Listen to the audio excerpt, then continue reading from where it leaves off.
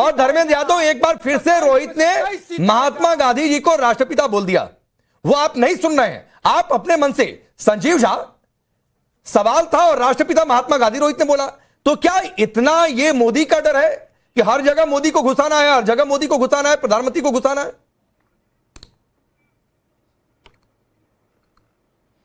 देखिए, मुझे लगता है कि पिछले 12 साल में देश का जो हाल है वो आपके सामने भी है, हमारे सामने भी है। लेकिन मैं ये मानता हूँ कि आज जिस तरह से नरेंद्र मोदी जी ने 12 साल में देश का हाल किया, मुझे लगता है कि कांग्रेस भी एक कंस्ट्रक्टिव अपोजिशन की भूमिका नहीं निभा पाई। अगर कांग्रेस का अगर ठीक से भूमिका निभाती तो शायद लोगों के बीच ठीक से मैसेज जाता। तो फेलियर दोनों की है, फेलियर कांग्रेस भी रहे और भारतीय जनता पार्टी और नरेंद्र मोदी जी ने, जो कि आपके सामने है।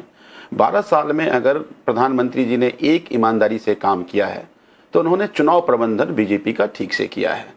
365 दिन वो चुनाव कैसे लड़ा जाए उसी में रहते हैं। वो देश के प्रधानमंत्री कम हैं, बीजेपी के प्रचार मंत्री ज़्यादा हैं।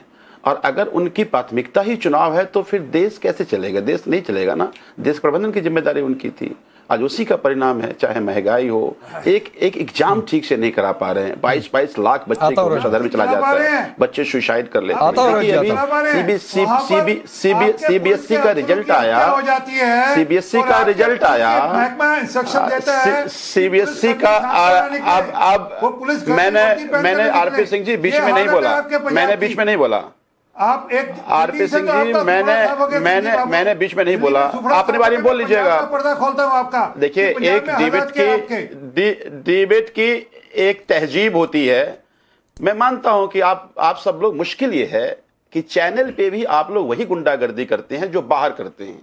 डिबेट की भी तहजीब है, अपने बारे में आप बोल लीजिएगा। गुंडागर्दी प्रधानमंत्री और की बात करती है, आपको क्यों देश की आज नौजवान सड़कों पर हैं, नौजवान सड़कों पर। तो आपके पार्टी के प्रधानमंत्री जी की बात छोड़ दीजिए, मैंने अभी कराया एग्जाम के पेपर, बच्चों के एग्जाम के पेपर ठीक से नहीं करा पाए। उस प्रधानमंत्री से क्या देश को चलाने की आप गरीबी हटाई? अब ये ठीक है, 1 मिनट में आता हूं। पांडे जी को चुप कराइए, ये तो बिल्कुल ठीक नहीं है। काउंटर कोई भी करे वो छोटा सा काउंटर करके शांत हो सकता है किसी के भी बीच में, लेकिन लंबा वही बोले जिसकी बारी है। बोलिए संजीव भाई। हाँ, तो मेरा बस एक, देखिए आज सीबीएसई का रिजल्ट आया, बच्चे परेशान हैं कि उनके पेपर सीट ही गायब हो गए। तो जो सरकार देश के बच्चे का एग्जाम नहीं करा पाए, और कोई एक बार नहीं बार बार हो रहा है, बच्चे सुसाइड कर रहे हैं, किसकी गलती है? नरेंद्र मोदी जी की गलती नहीं है, भारत सरकार की गलती नहीं है। तो ये हो क्यों रहा है? ये केवल इसलिए हो रहा है कि प्रधानमंत्री 2 ही काम ईमानदारी से करते हैं, एक चुनाव का प्रबंधन और विदेश का सैर। आप बताइए, प्रधानमंत्री जी कितनी बार जब विदेश से आए हैं तो कभी प्रेस को बताया हो कि हमारी क्या बातचीत हुई, क्या डील हुआ? अपने आप उन्होंने कहा मैं तो विश्वगुरु बन गया, विश्वगुरु बन गया। अब जब मौका था विश्वगुरु बनने का तो सबरे चेला बन गए। आज ऐसा लगता है कि अमेरिका चला रहा है, हमें ट्रंप चला रहा है। ट्रंप जो कहेगा प्रधानमंत्री वही करेंगे। एक बार हिम्मत नहीं है, एक बार। अच्छा, तो मैं अभी पूछ लूंगा कि 4 देश से होकर आए, अभी बता दीजिए कि क्या क्या डील करके आए, बता दें आरपी सिंह जी। यहाँ पर आरपी सिंह बता दें। तो मुश्किल केवल ये है कि प्रधानमंत्री विदेश की सैर करते हैं और देश में आकर के चुनाव का प्रबंधन करते हैं। एक मिनट संजीव भाई, आरपी सिंह कह रहे हैं कि पीआईबी प्रेस रिलीज जारी तो करता है, क्या समझौते हुए क्या देश को मिला, आपको उस पर भरोसा नहीं होता है? वो पढ़ते नहीं आप? आरपी सिंह पूछ रहे हैं। नहीं, ये पढ़ते ही नहीं, भरोसा तो बहुत दूर की बात है, पढ़ते ही नहीं। 1 मिनट आरपी सिंह आ रहा हूं सर, 1 मिनट संजीव भाई से सवाल पूछा है, ठीक है? RP Singh please. वो तो उसकी चिंता की प्रधानमंत्री जी ने, ठीक है? RP Singh ji please. RP Singh ji को मैं जानता हूं, इनसे मैं ट्यूशन ले लूंगा कि क्या क्या पढ़ना है, जानकारी ले लूंगा। लेकिन एक बात बताइए आप कि लगभग 150 देशों का, ऐसे देश के दौरा किया जो आप ठीक से बच्चे जानते भी नहीं, वहां भी दौरा करके आ गए। लेकिन जब जब जरूरत पड़ी देश को कि वो सब देश साथ खड़े हो, कभी खड़ा नहीं हुआ। चाहे ऑपरेशन सिंदूर के दौरान, चाहे आज देख लीजिए, ऐसा लग रहा है कि ट्रंप जो कहेगा, भाई हम तेल कहां से खरीदेंगे, ट्रंप तय करेगा। हम ईरान से नहीं खरीदेंगे क्योंकि अमेरिका से लड़ाई हो रही है। उन्होंने कहा कि ट्रंप भाई सैंक्शन है, नहीं खरीदना है। रसिया से जब वेवर देंगे तो खरीदेंगे, अगर वेवर नहीं होगा तो हम नहीं खरीद सकते। क्यों? क्या हम ट्रंप के गुलाम हैं? प्रधानमंत्री क्यों नहीं बोल पा रहे हैं? तो विश्व गुरु बनते बनते चेला बन गए। तो आज 12 साल में प्रधानमंत्री के मिसमैनेजमेंट का खामियाजा पूरा देश भुगत रहा है। भाई अरविंद केजरीवाल जी ने कहा कि हो सकता है आपकी ठीक कोई है, मजबूरी हो। मैं एक जवाब यहां पर अजय वर्मा से भी, फिर मैं आरपी सिंह आता हूं। प्रधानमंत्री अजय भाई, ये तो आप प्रधानमंत्री मोदी को एस्केपिस्ट कर रहे हैं, आम आदमी पार्टी तो आपको भी एस्केपिस्ट कह रही है कि आप भी पलायनवादी हैं। देखिए, लोगों के अपने अपने, मैंने आपसे क्या कहा है कि लोगों के अपने अपने विचार हैं। अब जो कह रहे हैं हम तो जनता के, देखिए हमारी पार्टी सबका साथ सबके विकास का सही वादा पूरा करती है। ये नहीं करती सबका साथ सबका विनाश और बीजेपी का विकास।